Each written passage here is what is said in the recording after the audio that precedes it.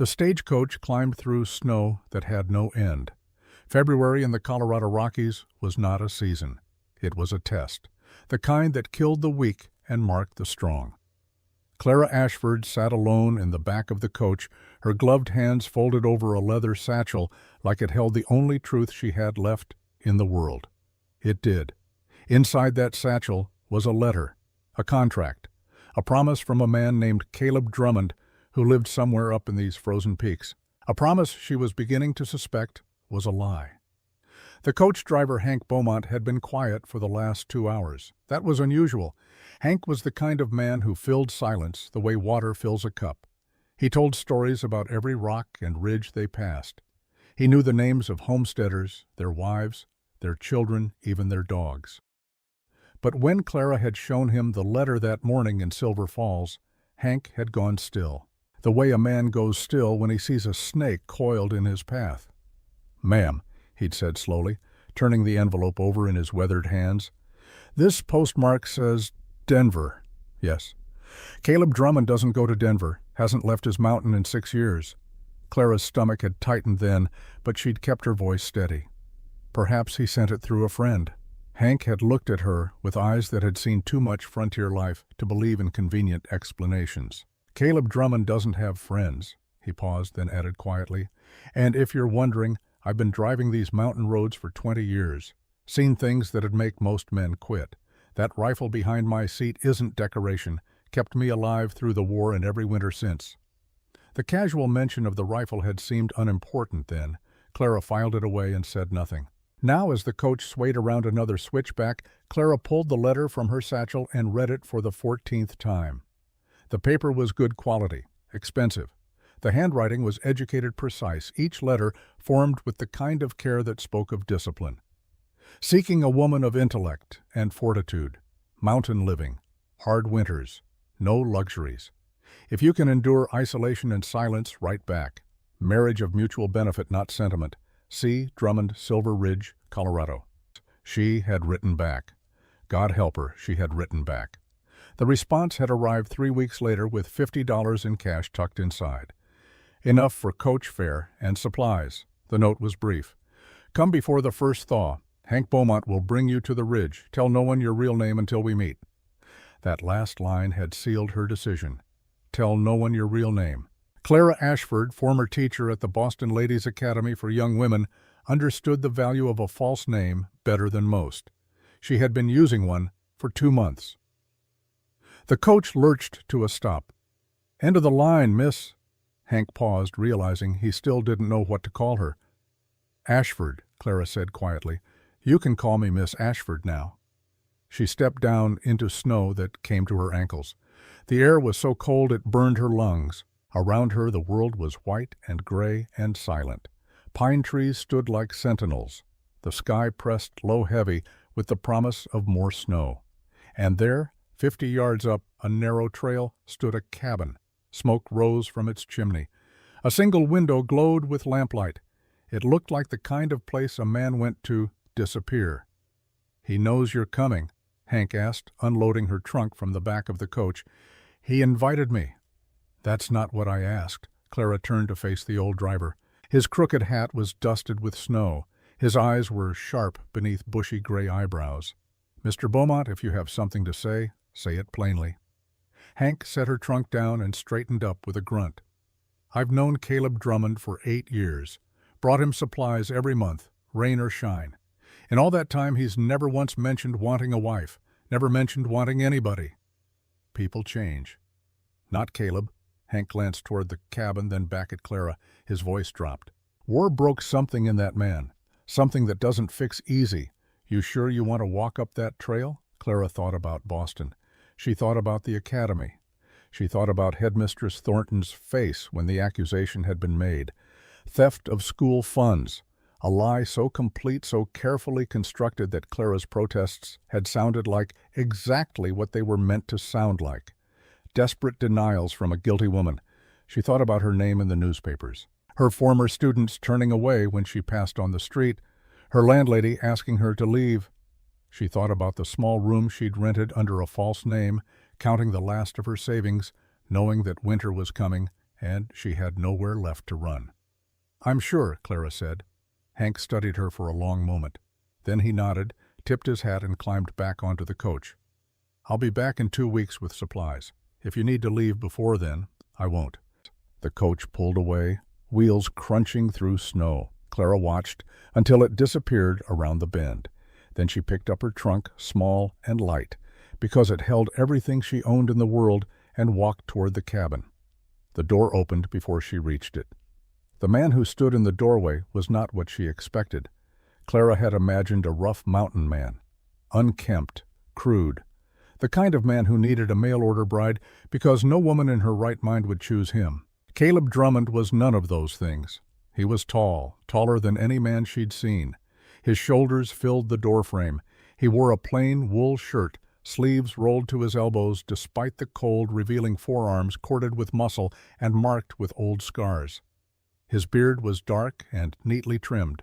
His hair, longer than fashion allowed, was tied back, but it was his eyes that stopped her. They were the color of winter sky just before a storm, gray-clear and utterly void of welcome. "You're lost," he said. His voice was deep rough from disuse. Clara set down her trunk. "I'm Clara Ashford. You sent for me." Something flickered in those gray eyes. Confusion. Then something harder.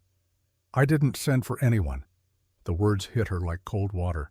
For a moment Clara couldn't speak, couldn't move. The letter in her satchel suddenly felt like it weighed nothing at all. "I have your letter," she managed. "Your contract." "Show me." She pulled out the envelope with trembling fingers. Caleb took it, his large hands careful, almost gentle. He read quickly. When he looked up, his face was stone. "This isn't my writing, but it's signed with my initial, not my signature." He handed the letter back. "Someone's playing a cruel game, Miss Ashford. You've been deceived." The world tilted. Clara gripped the letter, feeling the expensive paper crumple in her fist. $50, 3 weeks of travel. Every last hope she'd allowed herself to carry. Gone.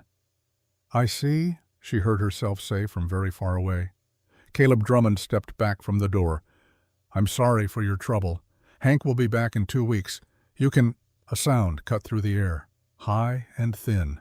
A child's cry. Caleb's entire body went rigid. His hand shot out, gripping the doorframe so hard, Clara heard the wood creak. "You have a child," Clara said. "No." "I heard—" "You heard nothing." His voice was flat, final, the kind of voice that ended conversations.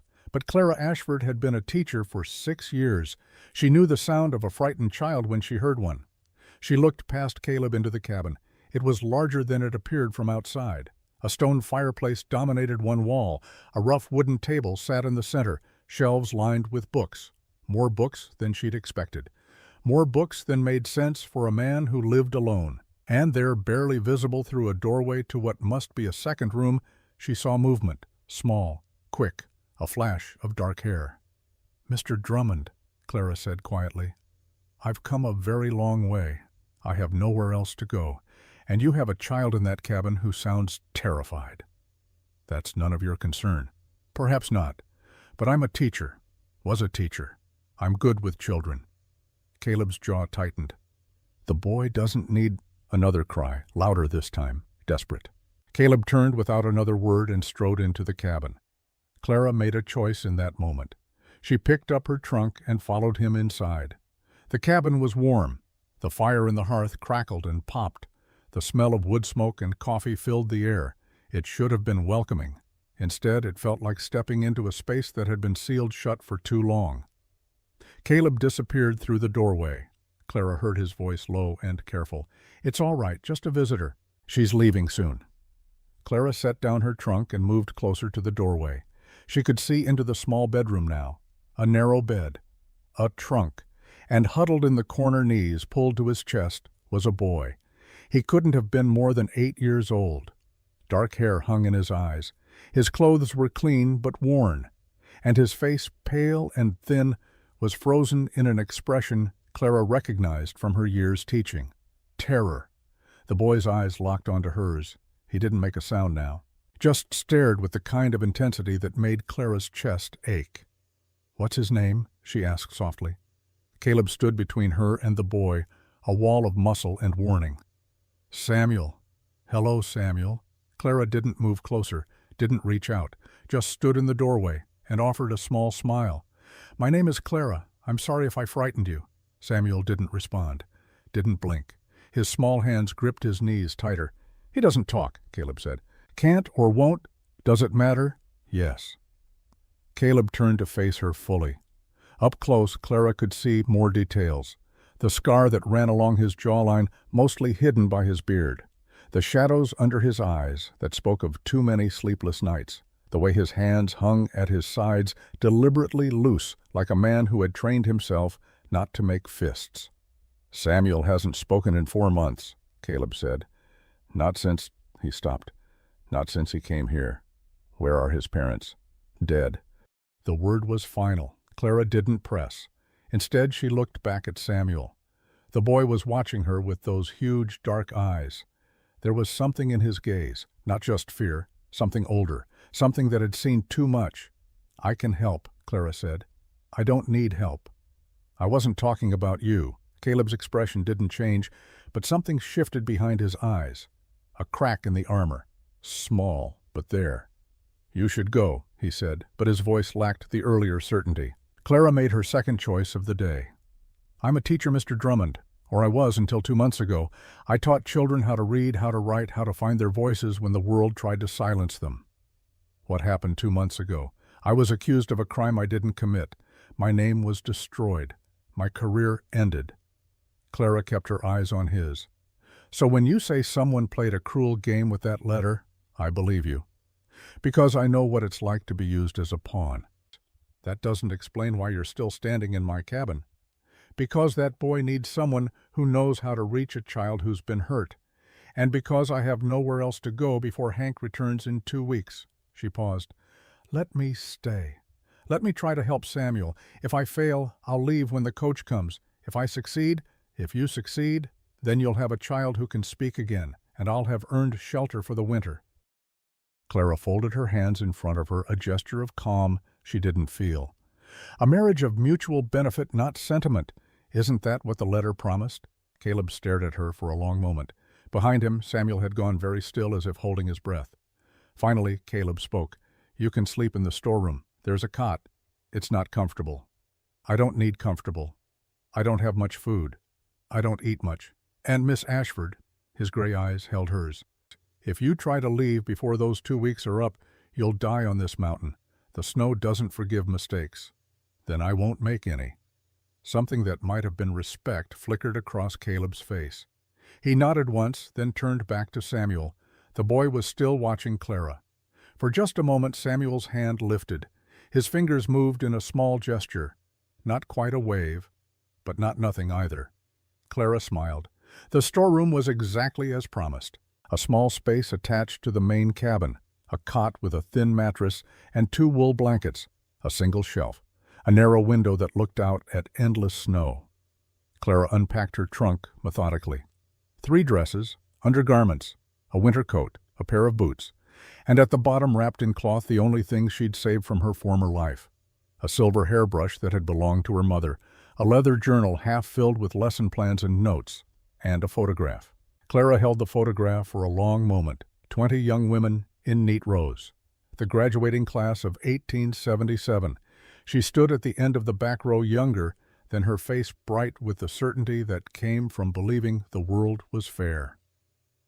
Headmistress Thornton stood in the center, her expression serene. The same woman who had smiled at Clara over tea while plotting her destruction. Clara placed the photograph face down on the shelf. The cabin was quiet now. Through the thin wall she could hear Caleb moving around, the scrape of a chair, the clink of dishes, the low murmur of his voice as he spoke to Samuel. She couldn't hear the boy's response, because there wasn't one. Clara sat on the cot and pulled out the letter again, studied every word, every curve of ink. The handwriting was masculine, confident. But now that she looked closer, it seemed almost too perfect, like someone had been very careful to make it appear authentic. Who would do this? Who would forge a letter, include money, send her to a remote mountain cabin where a man lived alone with a traumatized child, and why? A knock on the door interrupted her thoughts. Caleb stood in the doorway, his broad frame filling the space.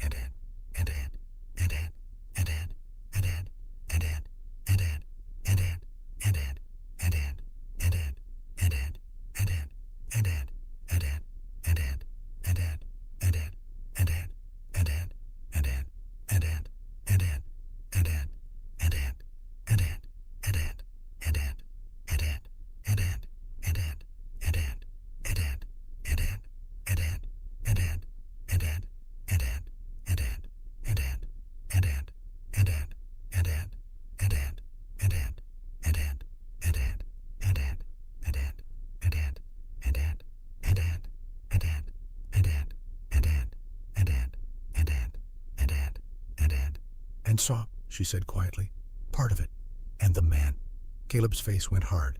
Samuel's father. Clara looked up sharply. His father shot someone? No. Caleb's voice was barely above a whisper. His father was the one who was shot. The cabin felt smaller suddenly. Clara carefully refolded the drawing and handed it back. I'm sorry. Don't be sorry. Just, Caleb struggled with the words, just don't ask him about it. Don't push him to remember. He'll speak when he's ready. And if he's never ready, then he doesn't speak. Caleb turned to leave, then stopped. One more thing. You asked earlier if I sent that letter. I didn't. But I've been thinking about who might have. And I can't think of anyone who'd have reason to send a woman to this mountain. His gray eyes met hers, which means whoever sent you here wasn't doing you a favor. The words hung in the air like smoke. After Caleb left, Clara sat alone in the small room drinking bitter coffee and thinking about letters and lies, and the boy in the next room who couldn't speak. Outside, snow began to fall again. The first 3 days passed in careful routine. Clara woke before dawn. The cabin was always cold in the mornings. The fire burned down to embers. She would stoke it back to life while Caleb was outside checking traps or chopping wood. She made coffee. Not well at first. Caleb didn't complain, but she saw the way he grimaced after the first sip. By the 4th morning, she'd figured out the right proportions. He noticed, didn't say anything, just drank the whole cup without making a face. Samuel stayed in his room most of the time. Clara didn't force him to come out. Instead, she did her work in places where he could see her if he wanted to. She mended Caleb's shirts by the fireplace. She organized the shelves of books, noting titles with quiet pleasure. Shakespeare, Whitman, Frederick Douglass, science texts, history, philosophy. "You're surprised," Caleb said one afternoon, catching her examining a volume of Thoreau. "I expected a man alone on a mountain to have different reading material. What did you expect, dime novels? Something like that." Caleb took the book from her hands and placed it back on the shelf with care. A man can live in the wilderness without being wild. It was the most he'd said to her since that first night. Clara seized the opening. "Where did you serve?" His hand stilled on the book's spine. "Virginia, Tennessee, Georgia." Each word was clipped, careful. 3 years. "And after?" "I came here. Alone." Caleb turned to face her. His expression was unreadable. "Why are you asking?" "Because I'm trying to understand who sent me that letter. If it wasn't you, then someone knows enough about your life to forge a convincing invitation. Nobody knows about my life." "Samuel knows." Clara kept her voice gentle. "And someone knew about him too. Knew enough to send me here right when you needed help with a child." Caleb's jaw tightened. For a moment Clara thought he would shut down completely, retreat behind that wall of silence he wore like armor. But then he surprised her. "I'll show you something," he said. He led her outside. The snow had stopped falling, but the world was still white and cold and impossibly quiet. Caleb walked toward a small shed near the tree line. Inside, Clara found something unexpected. A workshop. Tools hung neatly on the walls. A workbench held half-finished projects. Wooden toys. A small chair. A set of alphabet blocks. "You're making these for Samuel," Clara said. "Trying to." Caleb picked up one of the blocks. The letter A was carved into its face with precision. Thought maybe if he couldn't speak, he could spell. "Has it worked?" "He hasn't touched them." Clara ran her fingers over the smooth wood. The work was beautiful, patient, the kind of thing that took hours of careful attention. "May I try something?" "What?" "Give me a week. Let me sit with him. Not teaching, not pushing, just sitting, drawing with him, reading to him." She looked up at Caleb. "You've been trying to give him a voice. Maybe he just needs to know it's safe to use it first." Caleb set down the block. His hand was shaking slightly, just enough for Clara to notice. What if he never feels safe? Then at least he'll know someone tried. That evening, Clara knocked softly on Samuel's door. When there was no answer, she pushed it open slowly. The boy sat on his bed, a piece of charcoal in his hand, a sheet of paper in front of him. He looked up at her. His dark eyes were wary, but not terrified. "Progress." "May I sit with you?" Clara asked. Samuel didn't nod, but he didn't shake his head either. Clara took that as permission. She sat on the floor, her back against the wall, far enough away that the boy wouldn't feel crowded. "You don't have to talk to me," she said quietly. "You don't have to do anything. I'm just going to sit here for a while, if that's all right." Silence. Clara pulled her journal from her pocket and opened it to a blank page. She'd brought a pencil. She began to draw. Nothing complicated, just simple shapes, a tree, a bird, a house with smoke coming from the chimney. After a few minutes, she heard movement. Samuel had shifted on the bed. He was watching her. Clara kept drawing. She added a door to the house, windows, a path leading up to the front steps. More movement. Samuel was at the edge of the bed now, leaning forward slightly to see better. Clara drew a figure standing on the path, a woman with a long dress. Then she did something that surprised herself. She held out the pencil to Samuel. "Would you like to add something?" The boy stared at the pencil, then at her, then at the drawing. Slowly, so slowly, Clara almost didn't breathe. Samuel reached out and took the pencil. He didn't draw on her page. Instead, he turned to his own paper. But his posture had changed. His shoulders weren't quite so tight. They sat that way for an hour, drawing in silence. When Clara finally stood to leave, Samuel looked up at her, and for the first time he made a sound. Not words, just a small noise in the back of his throat, but it was something. Clara smiled. "Good night, Samuel." She closed the door quietly and found Caleb standing in the main room, his eyes on the bedroom door. "He made a sound," Clara said softly. Caleb's expression didn't change, but his hands hanging at his sides slowly unclenched. On the seventh night, Clara woke to screaming. She was out of bed before she was fully conscious, her heart hammering. The screams were coming from Samuel's room, high, terrified, the sound of a child lost in nightmare. Clara stumbled into the main room. Caleb was already there, standing outside Samuel's door. His shirt was unbuttoned, his hair loose, and his face carried an expression Clara had never seen before. Helplessness. "How long?" Clara asked. 5 minutes. They usually last 10. "You just wait. If I go in, it makes it worse. He wakes up swinging. Doesn't know where he is." Caleb's voice was tight. "Doesn't know who I am." Another scream. Clara pushed past Caleb and opened the door. Samuel was sitting up in bed, eyes wide open, but unseeing. His small body shook. Tears streamed down his face, but he was asleep, trapped somewhere between waking and dreaming. Clara didn't hesitate. She sat on the edge of the bed and began to hum. It was an old song, something her mother had sung to her when she was small. She didn't remember the words anymore, just the melody. Soft, repetitive, safe. She didn't touch Samuel, didn't try to wake him, just sat close and hummed. Slowly the screaming stopped. Samuel's breathing evened out. His eyes closed properly. He lay back down, still asleep, and curled into a small ball. Clara kept humming, kept sitting, even after Samuel's breathing deepened into real sleep. When she finally stood and turned, Caleb was in the doorway. His expression was raw, stripped of every defense he usually wore. "How did you know to do that?" he asked. "I had a student once, a little girl whose father beat her. She had nightmares too." Clara stepped past him into the main room. Sometimes people don't need to be woken up from nightmares. They just need to be reminded they're not alone in them. Caleb followed her. The cabin was dark except for the dying fire. Clara should have gone back to her room, should have given him space. But something in the air felt different, like a door had opened that neither of them knew how to close. "The man in Samuel's drawings," Clara said quietly. "His father. What really happened to him?" Caleb was silent for so long Clara thought he wouldn't answer. Then he walked to the window and looked out at the snow glowing pale under moonlight. "His name was Thomas Crane. He was my best friend during the war. My only friend." Caleb's voice was distant. "We served together for 3 years, saved each other's lives, more times than I can count."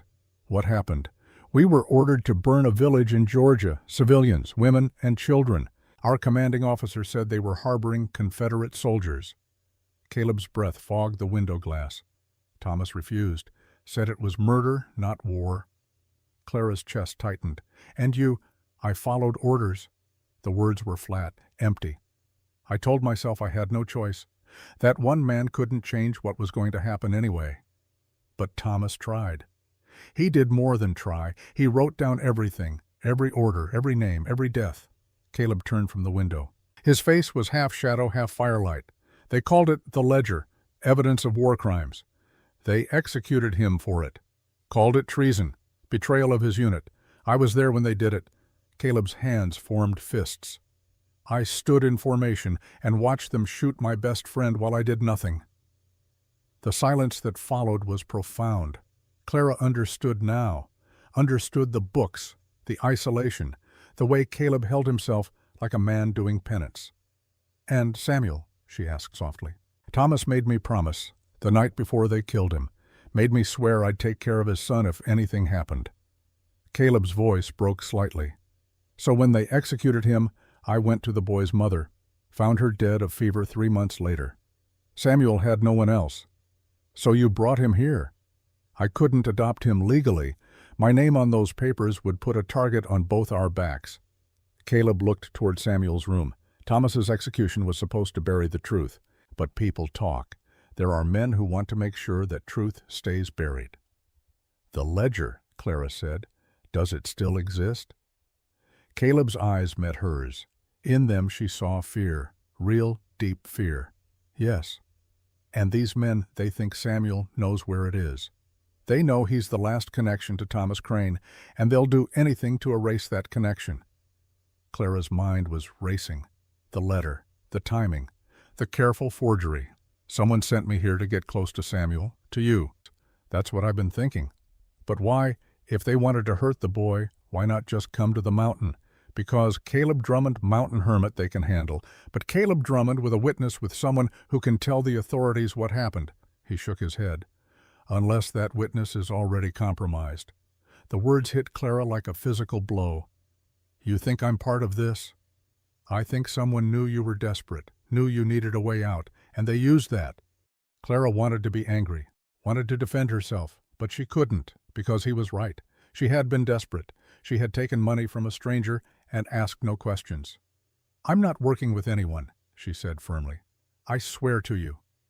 Then you're a pawn, which means you're in danger too. Before Clara could respond, there was a sound from outside. Faint but distinct. Footsteps in snow. Caleb moved instantly.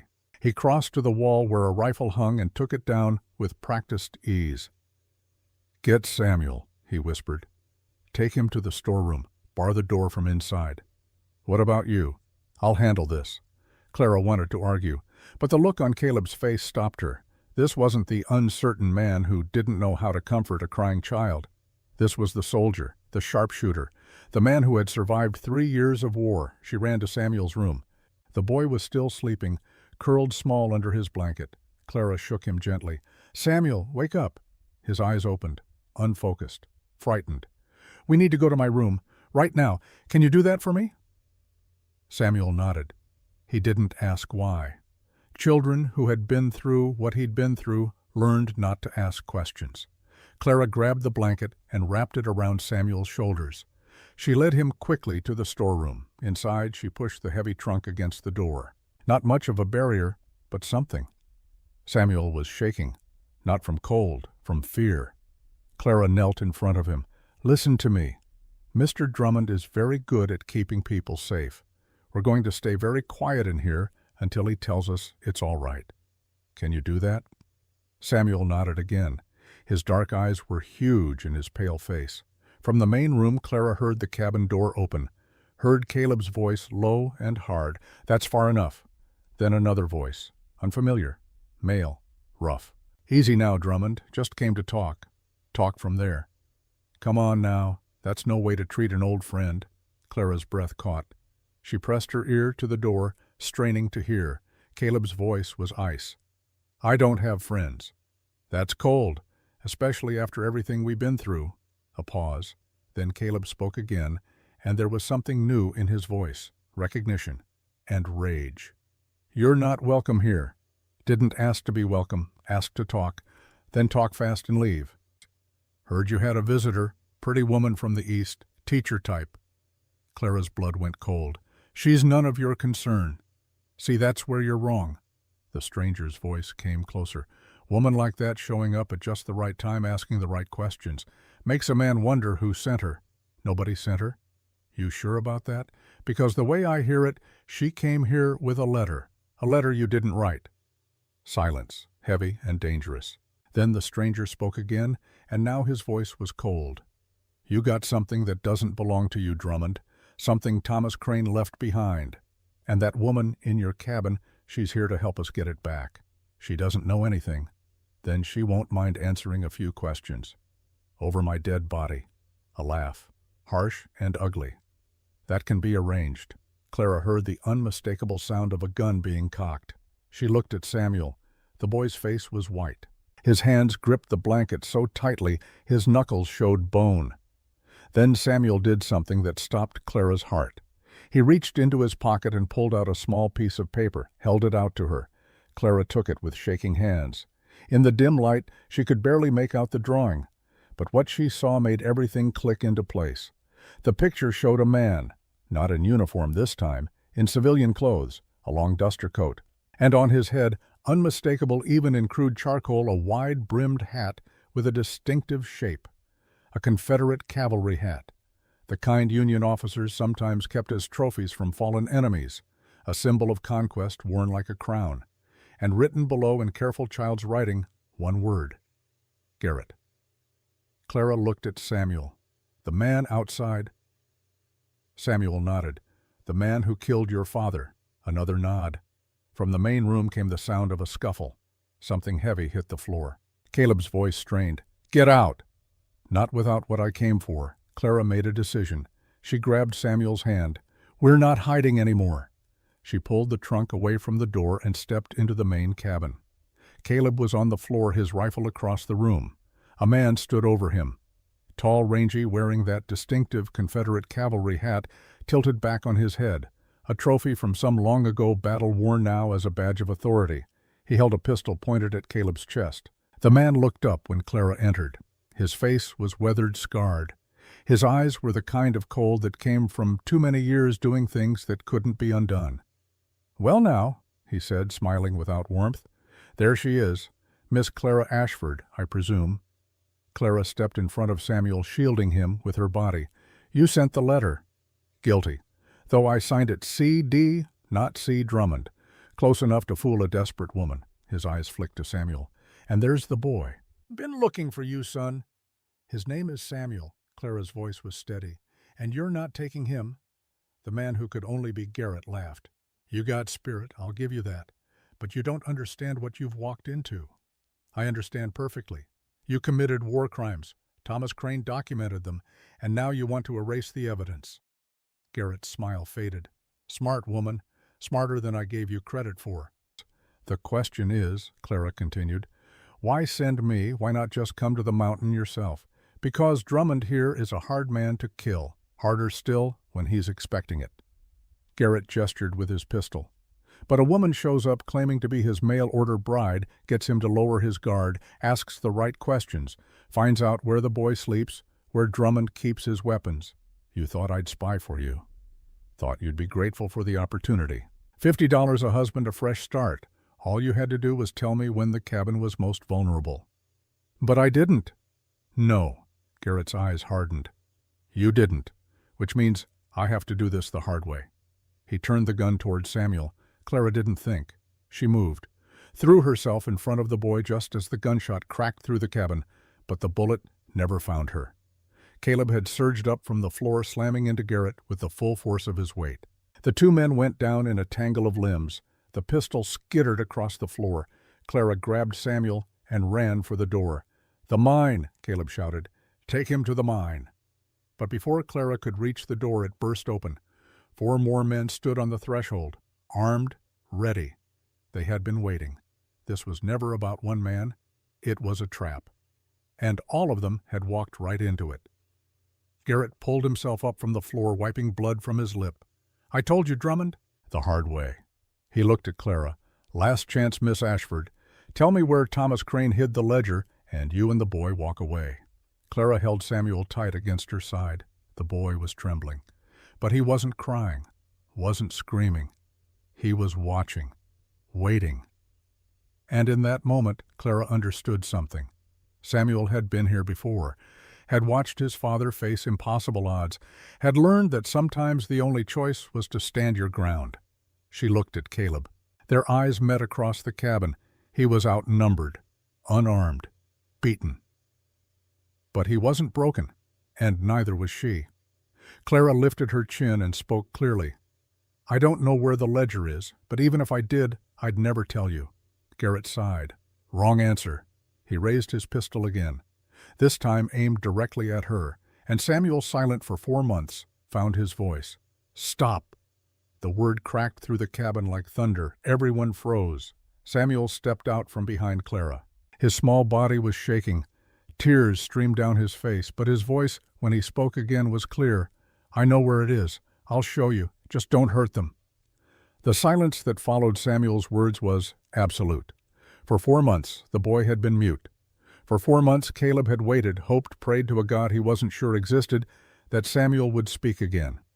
And now, in the worst possible moment, facing the worst possible man, the boy had found his voice, to offer himself up. Garrett's expression shifted. The cold calculation in his eyes gave way to something else. Triumph. "Well now, the boy talks after all." "No." Caleb's voice was iron. He moved toward Samuel, putting himself between the child and the guns. "Whatever deal you think you're making, it ends now." "That's not up to you anymore." Garrett nodded to his men. 2 of them stepped forward, rifles raised. The boy made an offer I'm inclined to accept. Clara pulled Samuel back against her, her mind racing. This was wrong. Everything about this was wrong. Samuel wasn't offering information. He was offering himself, a trade, his life for theirs. A child shouldn't know how to make that kind of bargain. Samuel, Clara said quietly, kneeling so she was eye level with him, you don't have to do this. The boy looked at her with those dark, ancient eyes, eyes that had seen his father executed, eyes that had learned too young that the world was cruel and adults couldn't always protect you. I know where Papa hid it, Samuel whispered. His voice was rough, unused. Each word seemed to hurt. In the mine, the deep part, where the silver used to be. Garrett leaned forward. Which mine, boy? There's a dozen played-out shafts in these mountains. Samuel's small hand gripped Clara's. I can show you, but they stay here, safe. Not how this works. Garrett gestured with his pistol. You, the woman, and a Drummond. All of you come. My men stay here to make sure nobody tries anything clever. You're afraid, Caleb said flatly. Garrett's eyes narrowed. Excuse me, you're afraid to go into that mine without leverage, afraid I'll kill you the moment we're out of sight.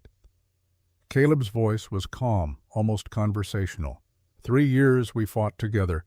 You know what I can do. I know you're a coward who stood by while better men died. The words were designed to wound. Clara saw them land, saw Caleb's jaw tighten, his hands form fists, but he didn't rise to the bait. Then you know I have nothing left to lose. Caleb met Garrett's gaze, which makes me very dangerous.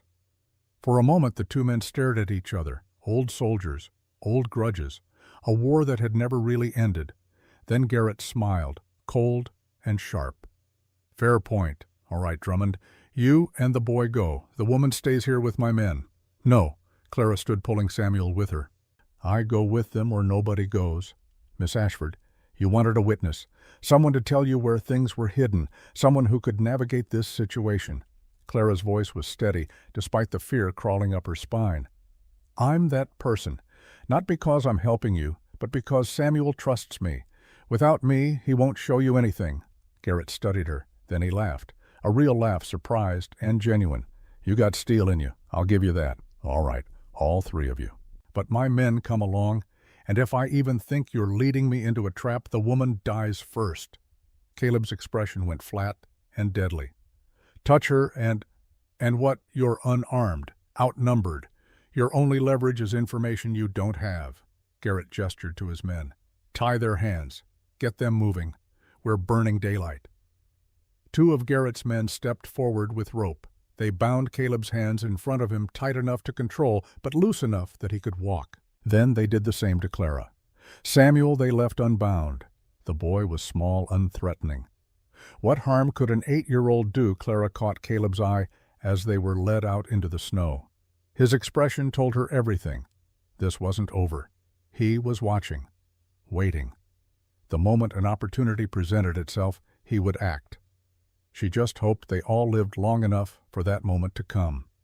They walked single file through snow that came to Clara's knees. Samuel led his small frame bundled in blankets and 2 large coats. Caleb followed close behind, his bound hands held carefully in front of him. Clara came next, also bound, and behind them, Garrett and his 4 men, rifles ready. The mine was 2 miles from the cabin, 2 miles of brutal uphill terrain through freezing wind. Clara's lungs burned. Her fingers went numb despite her gloves, but she didn't complain, didn't slow. Because Samuel was in front of her, walking with his shoulders squared and his head up, and if an 8-year-old boy could do this, she could too. How'd you know about the mine? Garrett called from behind. Papa brought me here, Samuel said. His voice was soft but clear. Before the soldiers came, he said if anything happened I should remember. The mine, the deep part, the place where silver sleeps. Poetry, Garrett spat into the snow. Thomas always did have a way with words. Got him killed in the end. Caleb's back went rigid, but he said nothing. They walked in silence for another half hour. The terrain grew steeper. The trees thinned. Ahead, Clara could see the mouth of the mine. A dark wound in the mountainside timber supports rotting snow drifted across the entrance. It looked like the kind of place people went to die. Samuel stopped at the entrance. For the first time since they'd left the cabin, he hesitated. Caleb moved to the boy's side. Despite his bound hands, his presence was protective. "It's all right," he said quietly. "I'm here." Samuel looked up at him. In the gray winter light, Clara could see the boy's face clearly. He was terrified. But there was something else there too. Determination. Trust. Samuel reached into his coat and pulled out something small, a piece of charcoal, the kind he used for drawing. "Papa said to mark the way," Samuel whispered, "so I'd remember how to get back out." He made a mark on the timber support, a simple X. Then he walked into the darkness. The mine was colder than the mountain, darker than night.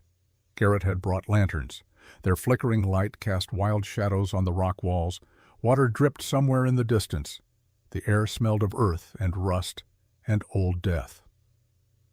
Clara stayed close to Samuel. The boy moved with surprising confidence through the narrow passages. Every 50 feet he stopped and made another mark with his charcoal. X after X after X. "Your father taught you well," Clara said softly.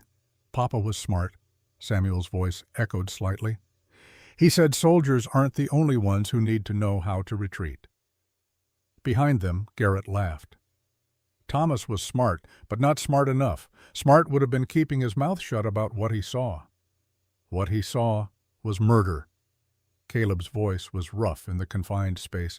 Children burned alive, women shot trying to protect their babies, old men executed for the crime of existing.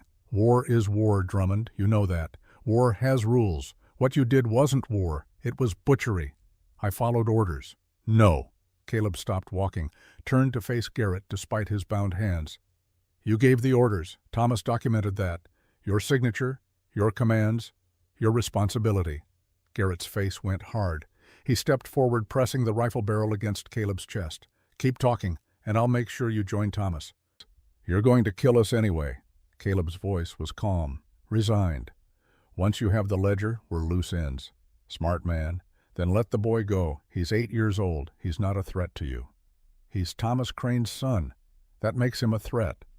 Garrett pulled back the rifle. "But if it makes you feel better, I'll make it quick. Cleaner than what Thomas got." Clara felt sick. This man wasn't just a murderer. He was proud of it, comfortable with it. The kind of evil that slept soundly at night. Samuel had stopped ahead of them. He stood before a fork in the passage. 2 tunnels stretched into darkness. "Which way?" Garrett demanded. Samuel pointed left. They walked deeper. The tunnel narrowed. The ceiling dropped until even Clara had to duck. Caleb, tall and broad-shouldered, had to bend nearly double. The air grew thinner, colder. Clara's breath came in short gasps. The darkness pressed in from all sides. She could hear water now, not dripping, flowing, an underground stream somewhere close. How much farther? Garrett's voice had changed. He was nervous. Clara could hear it. The mine was getting to him. "Close," Samuel said. "Very close." Another 50 feet, another charcoal X. Then Samuel stopped in front of a wall of collapsed timber and stone. "Here," he said. Garrett raised his lantern. The light played across the rubble. "I don't see anything." Behind the rocks, Samuel's voice was very small now. "Papa made me promise to only tell someone I trusted." "And you trust them?" Garrett gestured at Caleb and Clara. "Yes, but not me. No, sir, I don't." For a moment Clara thought Garrett would shoot the boy right there. His hand tightened on his rifle. His jaw clenched. Then he smiled. "Honest kid, I respect that. All right, clear the rocks." He gestured to his men. They set down their rifles and began pulling away stone and rotted wood. It took 20 minutes. By the end, there was a gap large enough for a man to squeeze through. Garrett peered into the darkness beyond. "I don't see anything." "It's hidden," Samuel said, "in a metal box, buried under loose stones." Garrett looked at his men. "Well, get in there." The first man squeezed through the gap, then the second. Clara heard them moving around stones, scraping against stone. "Found it," one of them called. "Metal box, locked." "Bring it out." They passed the box through the gap. It was small, about the size of a Bible, made of tin with a simple padlock. Garrett's hands shook slightly as he took it. "This is it, after all these years." He smashed the lock with the butt of his rifle, opened the lid. Inside was a leather-bound journal, water-stained, worn, but intact. Garrett pulled it out with something like reverence, opened it to a random page. His eyes scanned the text. Then his face went pale. "This is—" He flipped to another page, then another. "This is everything. Names, dates, direct quotes from my orders." He looked up at Caleb. "How did Thomas get all this?" He was meticulous. Caleb's voice was flat. "Wrote down everything he saw, everything he heard, every order you gave. This could hang me, ruin me, and any chance I have at—" Garrett stopped, caught himself. "At what?" Clara asked.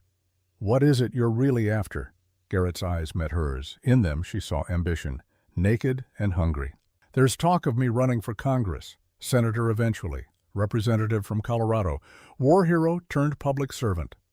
His smile was cold. "But that only works if my war record is clean. So this was never just about covering up a crime." Clara understood now. "This is about building a political career on the graves of innocent people. This is about survival." Garrett clutched the journal. "About doing what needs to be done. You're not going to burn it." Caleb's voice was flat with realization. "You're going to sell the information, blackmail everyone whose name appears in it." Garrett's smile widened. "Now you're thinking like a politician. Why destroy evidence when you can profit from it? Every officer named in here, every soldier who participated, they'll pay handsomely to keep their names out of the papers. But your name is in there too, which is why I'll be the one holding the book. The brave whistleblower who uncovered these terrible crimes." Garrett's eyes gleamed. "I'll edit what Thomas wrote, remove my own involvement, make myself the hero of the story, and anyone who questions it will find themselves exposed to public shame." Clara felt her stomach turn. This was worse than simple murder. This was corruption on a scale that would poison everything it touched. Garrett pulled his pistol and pointed it at Samuel. "No." Clara threw herself in front of the boy. But Garrett wasn't aiming at Samuel anymore. He was aiming at the gap in the wall. "Come out," he called to his men. "We're done here." There was a pause, then sounds of movement. The two men started to squeeze back through the gap. That's when Caleb moved. His bound hands came up fast, the rope between them, catching one of Garrett's men across the throat. The man gurgled and fell. In the same motion, Caleb's boot connected with a fallen rifle, sending it sliding across the stone floor toward Clara. "Run!" Caleb roared. Clara didn't hesitate. She dropped to her knees, her bound hands fumbling for the rifle. Her fingers closed around cold metal just as Garrett spun toward her. She didn't know how to shoot, had never held a gun in her life. But she lifted it anyway, pointing it at Garrett with shaking arms. "Drop it!" she shouted. Garrett looked at her, at the rifle wavering in her grip. He smiled. "You don't know how to shoot that. Then I'll learn very quickly." Behind Garrett, Caleb was fighting two men at once. His bound hands were a handicap, but he fought with the desperate efficiency of a man who had nothing left to lose. He slammed one man's head against the rock wall, drove his elbow into another's gut. But there were still too many. And Caleb was tiring. "Clara, don't." Caleb's voice strained. Clara had seen before in children who had witnessed violence. Recognition. "You," Samuel whispered, "you're the man from that night. The man who gave the order." Garrett's smile faded. "What night, boy?" "The night they shot my papa. You were there. You stood behind the soldiers with guns. You said—" Samuel's voice broke. "You said traitors don't deserve clean deaths." The mine went silent except for the sound of dripping water and Caleb's labored breathing as he fought to keep his opponents down. "Smart boy," Garrett said quietly. "Too smart. That's the problem." He raised his pistol. Clara pulled the trigger. The rifle's kick sent her sprawling backward. The shot went wide, sparking off stone. But it was enough. Garrett ducked his own shot, missing Samuel by inches. And in that moment of chaos, the mine decided to speak. A deep groan, a crack like thunder. The timber supports, rotted and weakened by decades of neglect, and now shaken by gunfire, began to fail. "Out!" Caleb roared. He released his opponent and grabbed Samuel. "Everyone out now!" Rock began to fall, first pebbles, then larger stones. The ceiling sagged. Garrett's men scrambled for the exit. Clara struggled to her feet, still holding the rifle. Caleb pulled Samuel toward the tunnel they'd come through. But Garrett stood his ground. He had the journal, had what he'd come for, and he wasn't leaving without finishing what he started. He aimed at Caleb's back. Clara saw it, saw his finger tighten on the trigger, saw Caleb's broad shoulders, his body shielding Samuel completely exposed. She didn't aim, didn't think, just pulled the trigger again. This time, the bullet found flesh. Garrett screamed. The journal fell from his hands as he clutched his shoulder. Blood bloomed dark against his coat. Run. Clara grabbed the journal and ran. Behind them, the mine was collapsing, timber snapping, rock cascading, the mountain reclaiming what men had stolen from it decades ago. Clara ran through darkness, lit only by the fallen lanterns, ran following the marks Samuel had made, X after X after X, leading them back to light. She could hear Garrett's men behind them. Could hear Garrett himself wounded but not stopped shouting orders. But she didn't look back, just ran.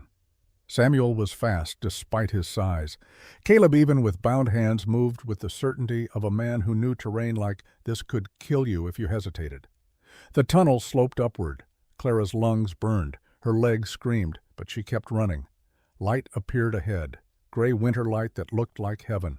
They burst from the mine just as the entrance behind them collapsed completely. Rock and timber and darkness sealed shut. Clara fell to her knees in the snow, gasping. The journal clutched against her chest. Samuel collapsed beside her.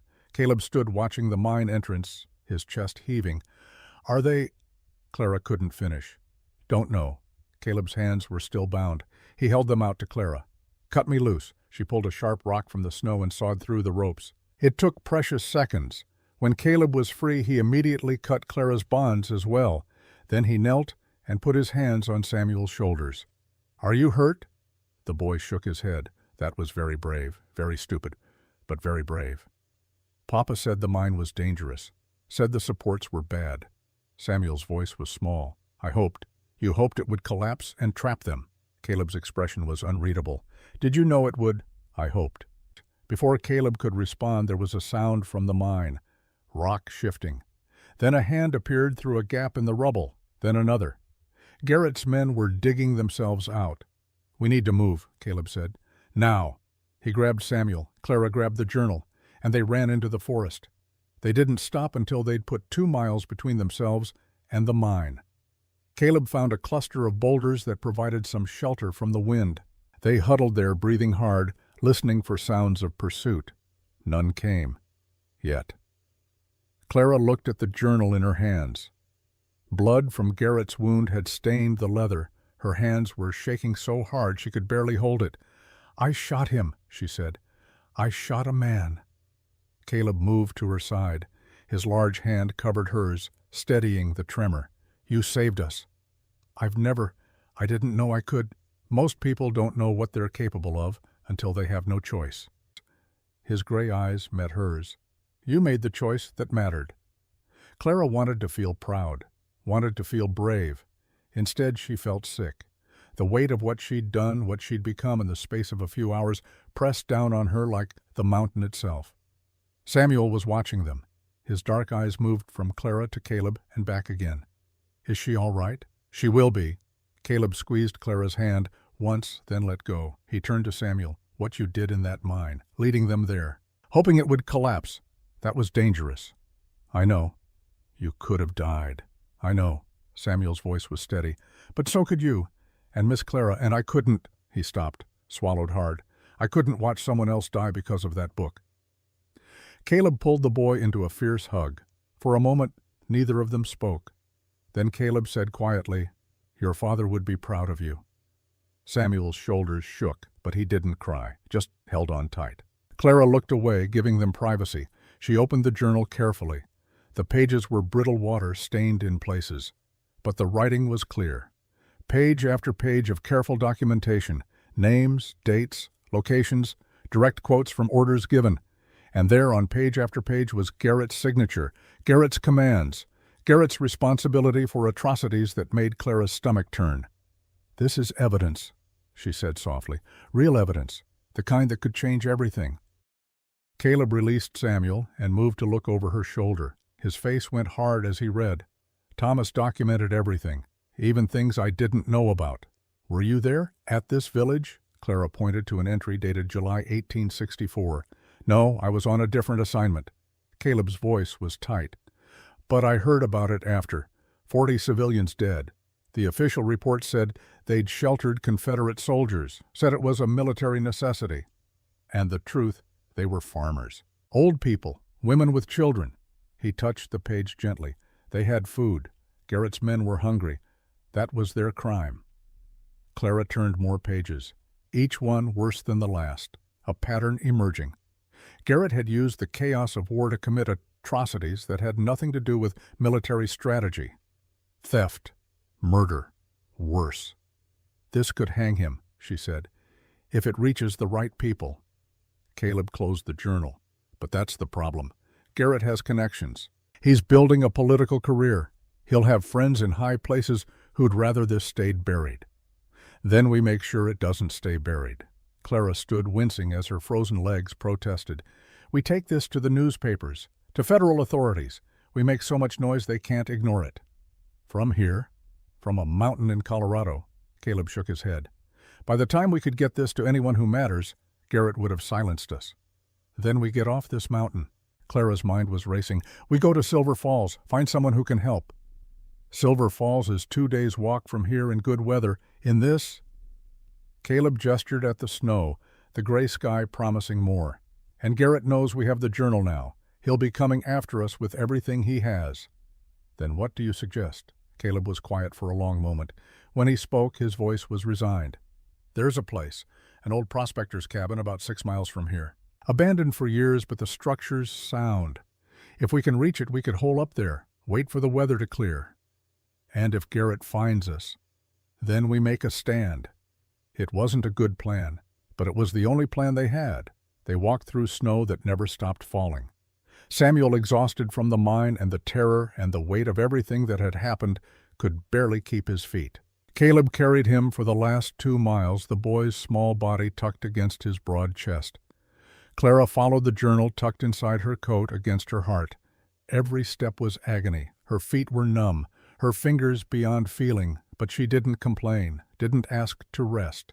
Because behind them, somewhere in the forest, Garrett was coming. Wounded, angry, desperate. And desperate men were the most dangerous kind. They reached the cabin just as full dark fell. It was smaller than Caleb's place, rougher, 1 room with a collapsed roof in the back corner, but there was a fireplace. Wood stacked against one wall, and, most importantly, walls between them and the wind. Caleb set Samuel down gently. The boy was asleep or close to it. Caleb wrapped him in every blanket they had, then turned to building a fire. Clara stood at the single window watching the forest, watching for movement, for lantern light, for any sign they'd been followed. "He's out there," she said quietly. "I know." "He won't stop, not as long as this journal exists." "I know." "Then what do we do?" Caleb got the fire lit. Orange light filled the cabin, pushing back shadows. He stood and came to the window beside Clara. His shoulder brushed hers. In the firelight, his scarred face looked both harder and softer than usual. "We survived tonight," he said. "Then we figure out tomorrow. That's not much of a plan. It's all I have." They stood together in silence.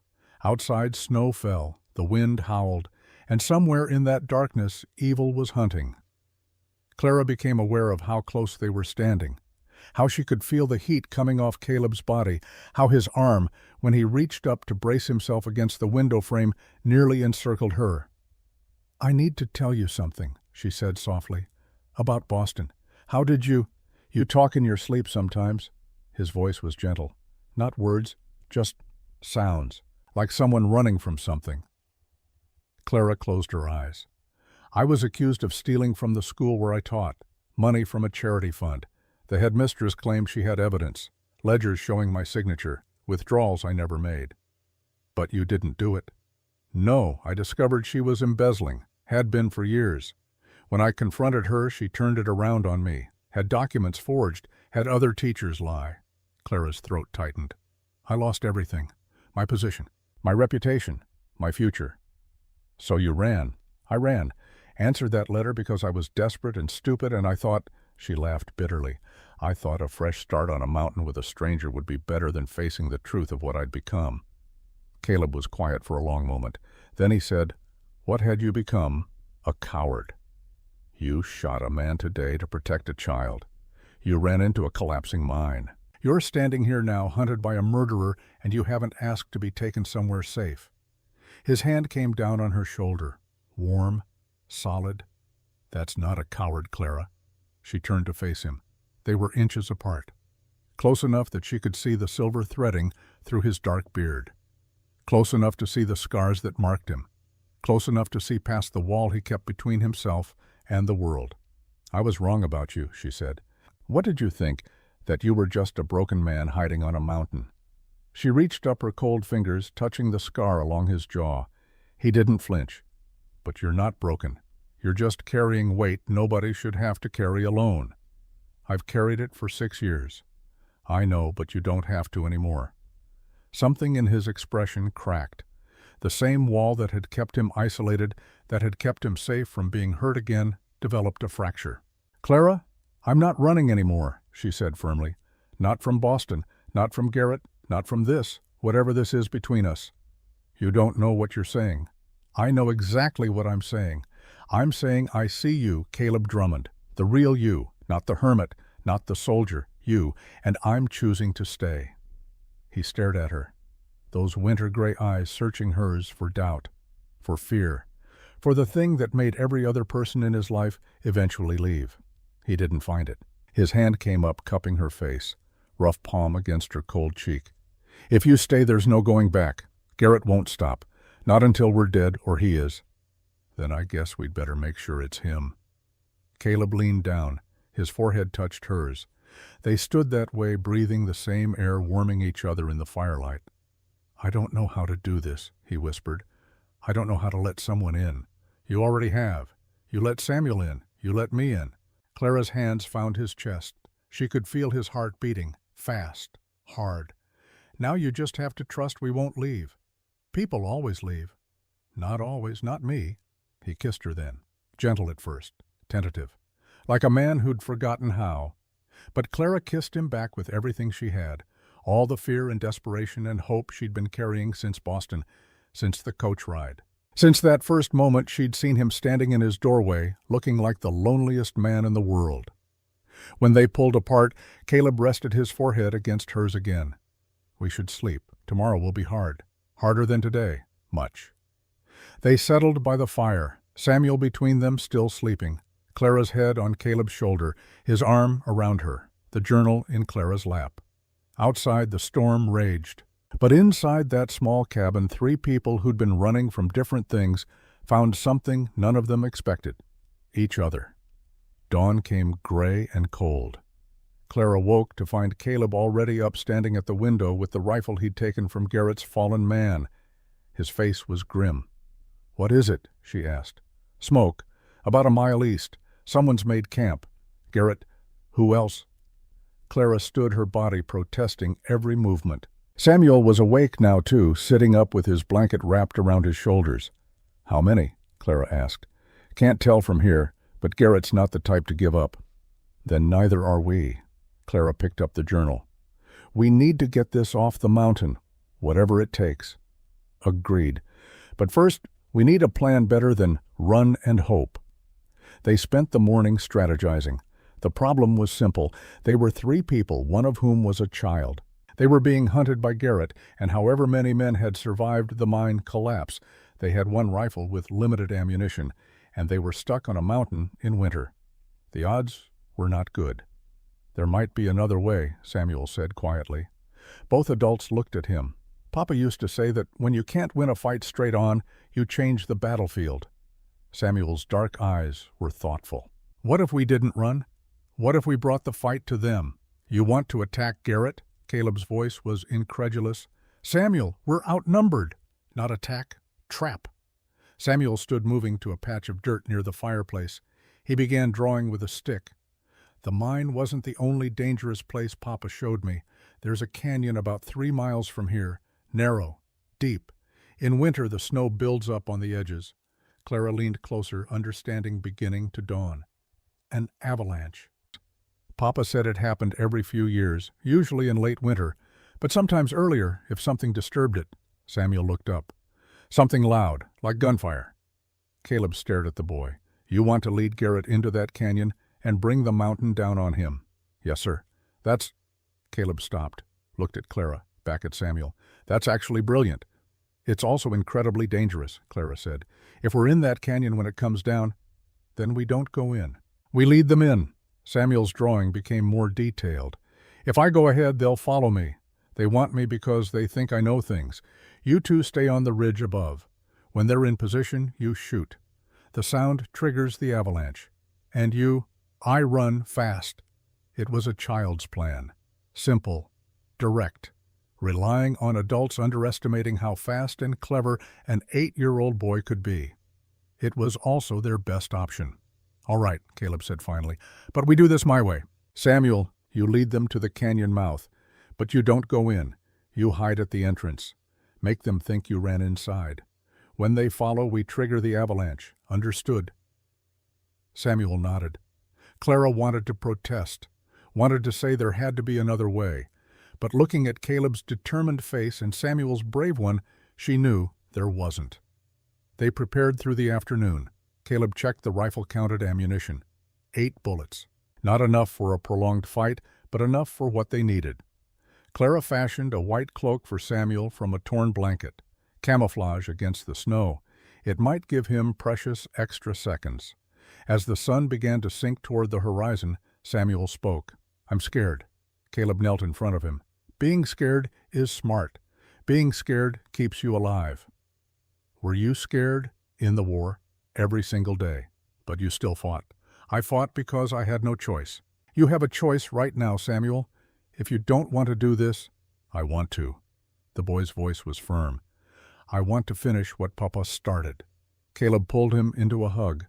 Over the boy's shoulder his eyes met Clara's. In them she saw fear. Real deep fear. The kind that came from caring about someone enough that losing them would break you. Clara came to them, wrapped her arms around both. "We're going to be all right," she said. "All of us."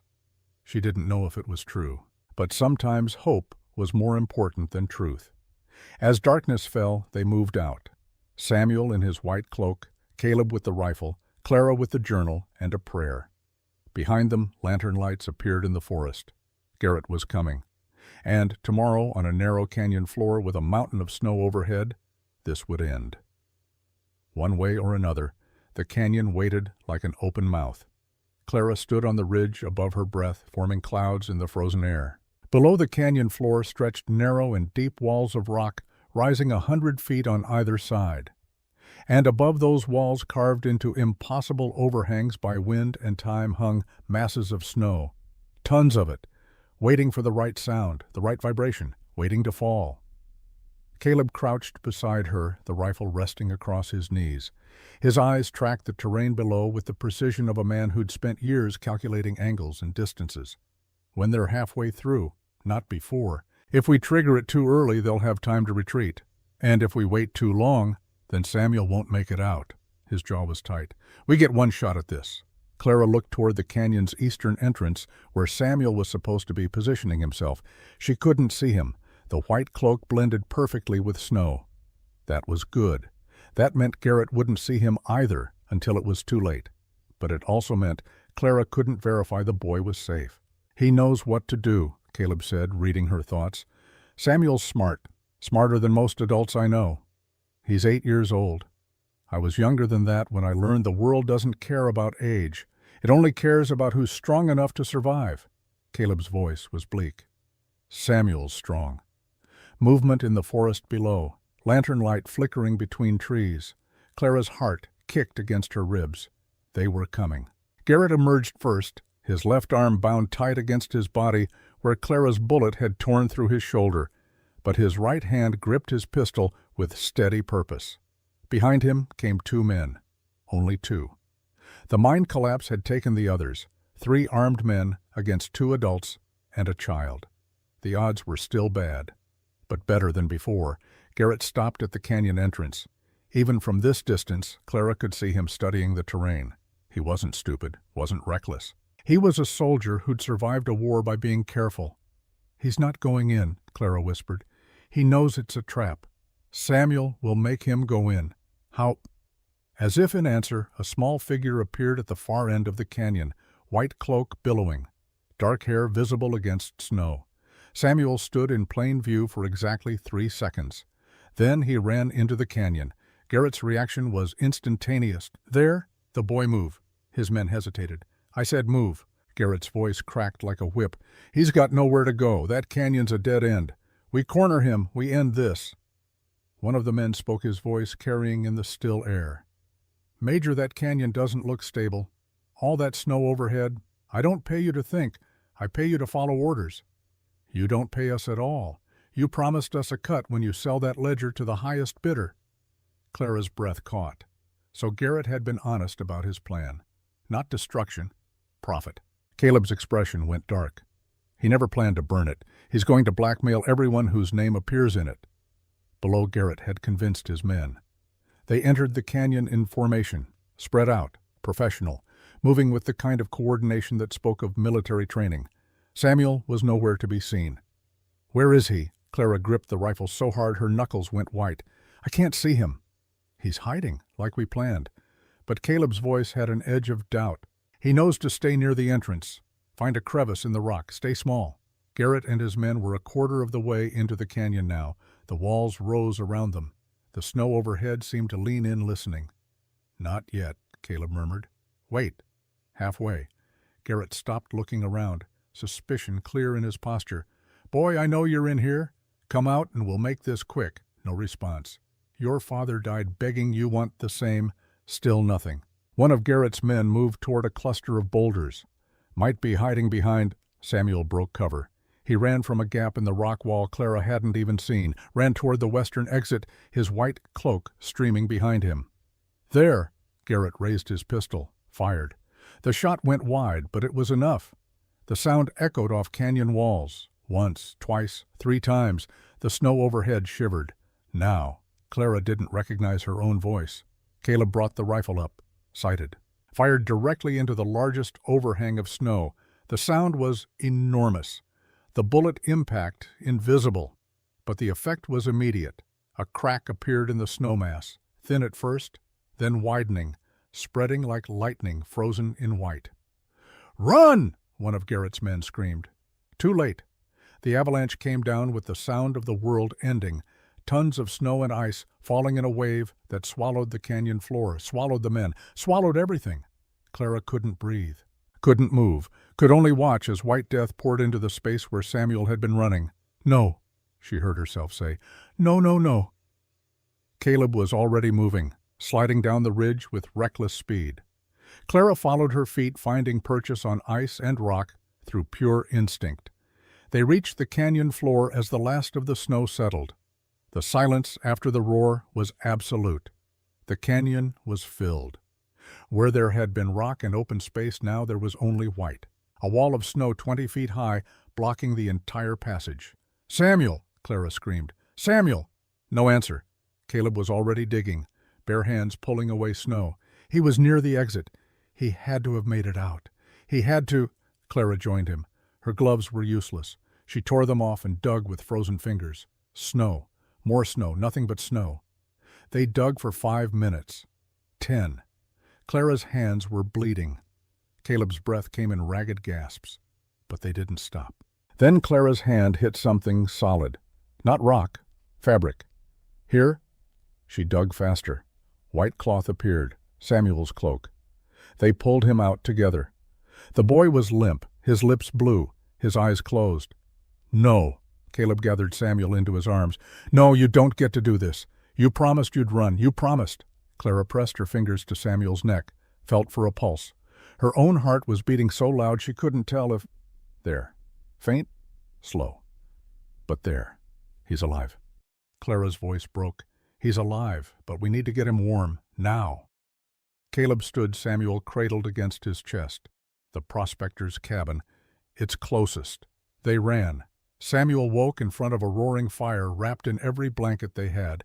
His first breath was a gasp. His second a cough that shook his small frame. Clara held a tin cup of warm water to his lips.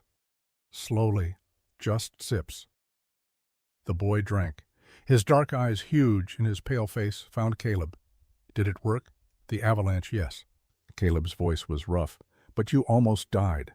You were supposed to stay near the entrance. What were you thinking running into the center?" "I needed them to follow." Samuel's voice was barely a whisper. "Needed them all the way in, so the snow would—" He stopped. "Are they dead?"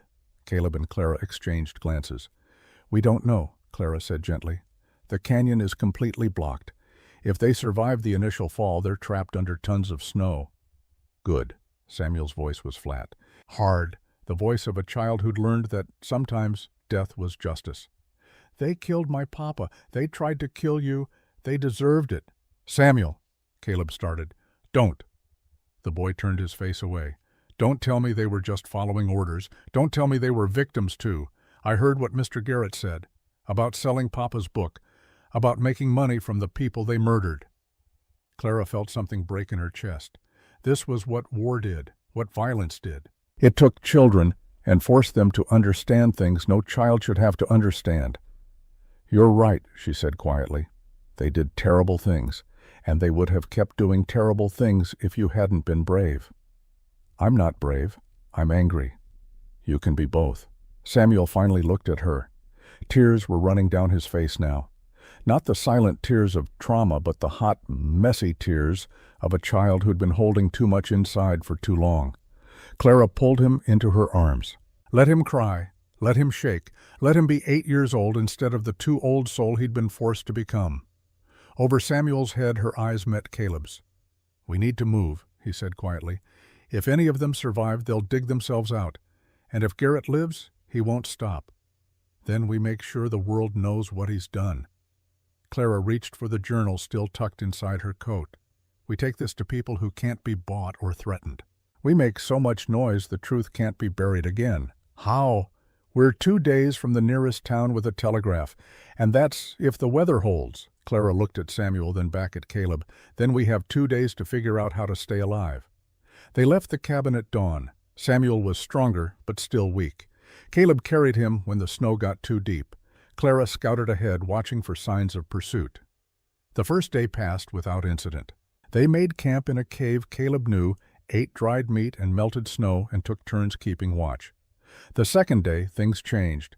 They were 3 miles from Silver Falls when Clara saw the smoke. Not from chimneys, too black, too much. The smoke of buildings burning. "No." Caleb's face went white. "No, they couldn't have." They ran the last mile. What they found made Clara's blood turn to ice. Silver Falls was burning. Not the whole town, just the telegraph office, the post office, the newspaper office. Every building that could send messages out of the valley was in flames. And in the town square, surrounded by townspeople being held at gunpoint, stood Major Garrett, alive, wounded, but alive, and absolutely furious. "I was wondering when you'd show up," Garrett's voice carried across the square. His left arm was completely useless, now hanging at his side. His face was bruised and bleeding from the avalanche, but his eyes were clear and his gun hand was steady. "Took you long enough." He had 2 men with him. Both looked like they'd been through hell. One was limping badly. The other had a gash across his forehead that was still bleeding. But they were armed, and they had 20 townspeople surrounded. Clara recognized Anna Pierce among them, Hank Beaumont, the Morrison family, all the people who'd shown them kindness, all of them now in danger because of the journal Clara carried. "Let them go," Caleb called. "This is between us." "Nothing is between just us anymore?" Garrett gestured at the burning buildings. "I made sure of that. No telegraph, no post, no way to send that journal anywhere it might matter. There are other towns, other ways. Not before I kill every person in this square." Garrett pressed his pistol against Anna Pierce's head. The older woman didn't flinch, but Clara saw her hands shake. "Give me the journal, and I'll let them live." "You'll kill them anyway." "Probably. But at least you'll have tried to save them. That's got to count for something." Garrett's smile was horrible. "Or you can hold on to your evidence and watch me execute these good people one by one. Your choice." Clara felt the weight of the journal against her chest, felt the weight of every name in it, every crime documented, every victim Thomas Crane had tried to give a voice to. And she felt the weight of 20 lives in front of her. There was no good choice, no heroic solution. Just an impossible decision. She started to step forward, started to reach for the journal. Caleb's hand stopped her. Wait. I have to. I can't let them die because of... Look. Caleb's voice was strange. Look at his men. Clara looked. The two men flanking Garrett were sweating despite the cold. Their eyes kept darting to the forest, to the burning buildings, to each other. They were terrified. They don't want to be here, Caleb said quietly. They're hired guns, not believers. Garrett's paying them, but after what happened in the canyon, he was right. These men had seen their companions buried alive, had barely escaped themselves. They'd followed Garrett because he promised money and because they were too scared to run. But they were reaching their breaking point. Caleb raised his voice. You two, the hired help.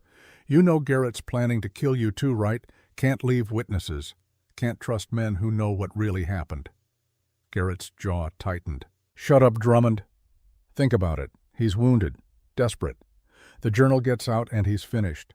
His only play is to kill everyone who knows anything and disappear. Caleb took a step forward. That includes you. One of the men shifted. Major, he's got a point. This wasn't the deal. You said we'd get the book and go. You didn't say nothing about burning down a town. The situation changed. The situation's going to get us hanged. The man lowered his rifle slightly. I signed on for easy money, not massacre. Raise that weapon or I'll shoot you myself. But the man didn't raise it. Instead, he looked at his companion. Some silent communication passed between them. Then they both stepped away from Garrett. We're done, one of them said. Keep your money. We're getting out of this valley before federal marshals show up. They walked away. Garrett didn't shoot them. Couldn't.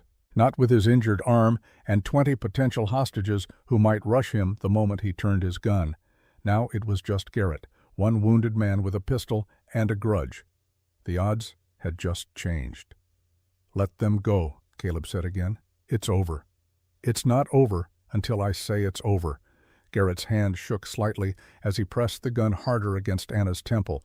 I still have hostages. I still have leverage. You have nothing. Clara stepped forward, the journal in her hands. Even if you kill us all, someone will find this. Someone will read it. The truth doesn't die with us. The truth dies when I burn that book. Then burn it. Clara held it out. But first answer one question. The letters you sent me. There were two, weren't there? Both signed CD, one from Denver, one from Silver Falls. Garrett's eyes narrowed. Smart woman? Yes, 2 letters. I sent the first from Denver to lure you, wanted you desperate and confused. Then I had a man in Silver Falls post the second one a week later, made you think someone local was watching, made you paranoid. Who was your man in Silver Falls? Dead now. Avalanche took him. Garrett shrugged with his good shoulder. Loose ends tie themselves up if you're patient. So there it was, the mystery solved. No grand conspiracy, just one man manipulating her fear. Take it. Clara held out the journal. Read what's in it first, though. See what your legacy really is. Garrett stared at her. Then slowly he reached out with his good hand, took the journal, kept the pistol vaguely pointed at the crowd. He opened it with shaking fingers, read the first page. His face went white. He flipped to another page, then another. His hands were shaking now, not from fear, from rage. This is lies. Propaganda. Thomas Crane was a traitor who documented the truth. Samuel's voice cut through. The boy stepped out from behind Caleb. My papa wrote what he saw. What you did, what you made other people do. Garrett's eyes found Samuel. In them, Clara saw something shift, something break. You should have died in that canyon. Lots of people should have died, but they didn't. Samuel's voice was steady, stronger than Clara had ever heard it. And now, everyone's going to know what you are. Nobody's going to know anything because the shot came from nowhere. One moment Garrett was standing, the journal in one hand and his pistol in the other. The next he was falling. The gun clattered from his grip. Blood bloomed across his chest. He hit the ground hard. Everyone spun, looking for the shooter. Hank Beaumont stood at the edge of the crowd, an old hunting rifle in his hands. His face was grim but steady. Told you, Drummond. I kept that rifle for a reason. Been shooting since I was knee-high. And I don't like bullies. Garrett tried to speak. Blood bubbled at his lips. His hand scrabbled in the snow, reaching for the journal that had fallen beside him. Caleb walked over, picked up the journal, looked down at the dying man. "Thomas Crane was my best friend," he said quietly, "and I let him die alone because I was afraid. I've carried that for 6 years, but I'm not afraid anymore." He turned his back on Garrett, walked to Clara, handed her the journal. "Make sure it gets where it needs to go." Behind them, Garrett made one last gasping sound, then nothing. The town square was silent except for the crackle of burning buildings and the wind through pines. Then Anna Pierce stepped forward. "We've got witnesses. 20 of us saw him threaten to execute the whole town, saw him burn our buildings." She looked at Caleb. "You defended us, all of you. That's how this story gets told." The sheriff, who'd been among the hostages, nodded slowly. "I'll write it up official. Major Garrett came here planning to commit murder. Was stopped by citizens defending their town. Won't be anyone asking questions beyond that." "The journal," Clara started, "needs to reach people who can do something with it." The sheriff looked uncomfortable. "I'm just a small-town lawman. I don't have the authority or connections for something this big, but I know someone who does." 3 days later, a federal marshal arrived from Denver. A hard-eyed woman named Charlotte Webb, who listened to their story without interrupting, read the journal from cover to cover, and then spent 2 hours taking depositions from everyone in Silver Falls. When she was done, she looked at Caleb, Clara, and Samuel. "This is going to be big, newspaper big, congressional investigation big. There are names in here of men still serving in the military, men in government." "Will anything happen to them?" Samuel asked. Marshal Webb's expression softened slightly. "I can't promise justice, but I can promise truth. This journal will be entered into federal record, every name, every incident, and the people of this country will know what was done in their name." That's all Papa wanted. Samuel's voice was small, for people to know. The marshal knelt in front of him. "Your father was brave. What he did took more courage than any battle. And what you did keeping this safe, bringing it to light, you finished his mission." Samuel nodded. Then quietly, "Can I go home now?" Marshal Webb looked at Caleb. "Where is home for you, son?" Samuel took Caleb's hand, then Clara's. "Right here." The hearing happened in Denver 2 months later.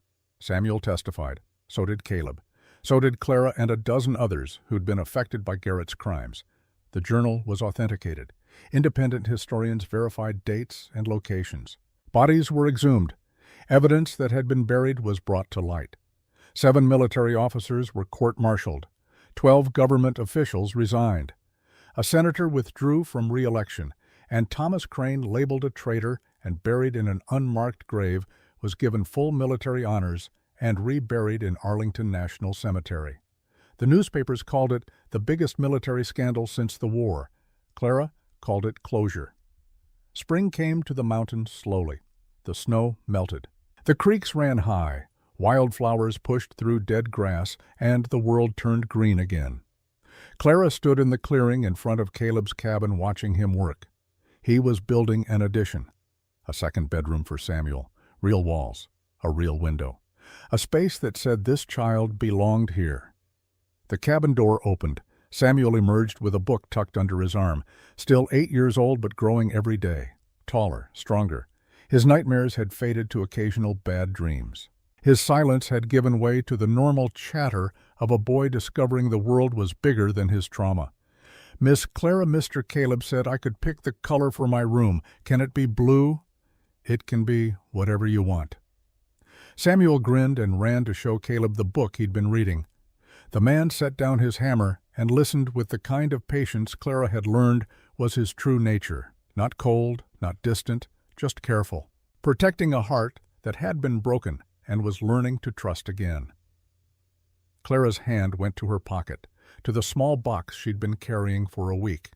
Inside was a ring, simple silver, engraved with words Caleb had chosen, truth and courage.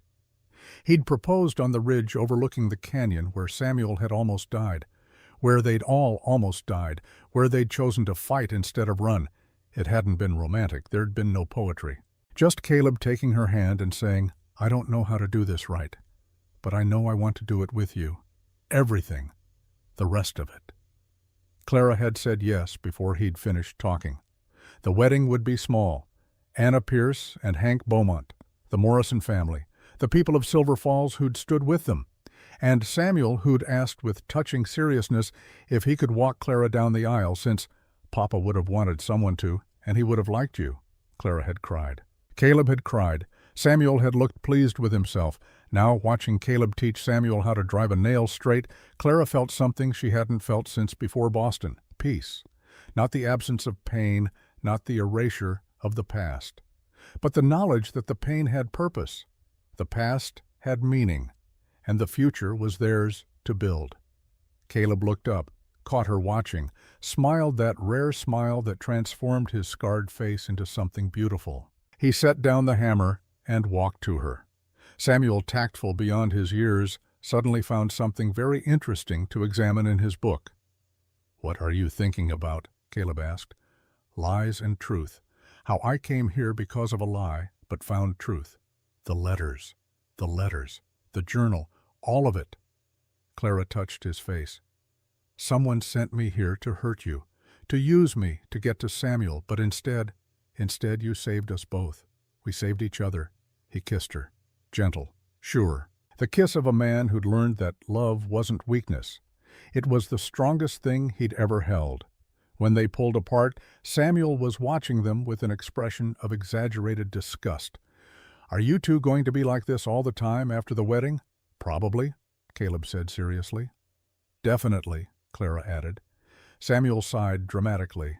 "Then I'm going to need more books to escape to when you get mushy." He ran back into the cabin. Clara and Caleb laughed. From the trail below came the sound of a wagon. Hank Beaumont emerged from the trees, his coach loaded with supplies and mail. "Letter for you," he called, climbing down. "Official looking. Federal seal." Clara took the envelope with trembling hands. Inside was a single page. She read it twice, then looked at Caleb. "The Commission on War Crimes wants to create a permanent record. A memorial." Her voice shook. "They want to name it after Thomas Crane, and they want Samuel's permission." Caleb's eyes went bright. He called into the cabin. "Samuel, come here." The boy emerged. Clara knelt and showed him the letter, explained what it meant. Samuel read it slowly. His small hand traced his father's name on the official letterhead. "They want to remember Papa. They want to make sure no one ever forgets what he did, how he stood up for what was right, even when it cost him everything." Samuel was quiet for a long moment. Then, "Can I write something for it? Something to put with his name?" "Of course. What do you want to say?" The boy thought carefully. When he spoke, his voice was clear and strong. "My father was Thomas Crane. He was brave when brave wasn't easy. He was honest when honesty was dangerous, and he taught me that the truth is worth fighting for, even if you don't live to see it win." Clara's vision blurred. Caleb put his hand on Samuel's shoulder. "He'd be so proud of you," Caleb said roughly. "I know." Samuel looked up at them both. "And I think he'd be glad I have you now. Both of you. A family." That word. Family. Not by blood, not by law yet, but by choice, by survival, by standing together when the world tried to tear them apart. Clara pulled them both into a hug. Caleb's arms came around them. Samuel squeezed tight. And there, on a mountain in Colorado where a woman had come looking for shelter and found a home where a man had hidden from his past and learned to face his future, where a boy had been silent and found his voice, three people who'd all been broken held each other and became whole. The mountain watched, silent, patient, eternal. It had seen them arrive as strangers, had tested them with snow and violence and impossible choices, had witnessed them fight and bleed and refused to give up. And now it saw them choose joy. The spring wind carried the scent of pine and wildflowers. The sun climbed higher, warming the earth. The snow melted into streams that sang their way down the mountain. And in the clearing, Clara Ashford, who'd come to Colorado running from lies, stood with Caleb Drummond, who'd spent 6 years hiding from truth, and Samuel Crane, who'd learned that silence could be survival, but speaking was freedom. Three people who'd all been lost. Three people who'd found each other. Three people who'd become family. The mountain had been silent for so long, but now it was full of life, full of laughter, full of love, and the silence at last was broken. The wedding took place in Silver Falls on a clear autumn day. Clara wore a simple dress of cream silk that Anna Pierce had helped her sew. Caleb wore his only suit brushed clean and mended carefully. And Samuel, still 8, but nearly 9 now, in a new shirt and tie that he tugged at constantly, stood between them as they made their vows. Not traditional vows, words they'd written themselves. Caleb spoke first. "I promise to choose truth over silence, to choose courage over fear, to choose you every day for the rest of my life." Clara's turn. "I promise to stay when staying is hard, to fight when fighting matters, to love you, all of you, exactly as you are." The minister pronounced them married. Samuel cheered. The town erupted in applause, and on a mountain ridge far above, where snow was beginning to fall again as winter approached, a new marker stood. "In memory of Thomas Crane, soldier, father, truth-teller, may his courage inspire us all." The wind carried its message down to the valley, to the town, to the cabin where 3 people who'd learned the hard way that family isn't about perfection, it's about staying. Even when everything says to run, especially then.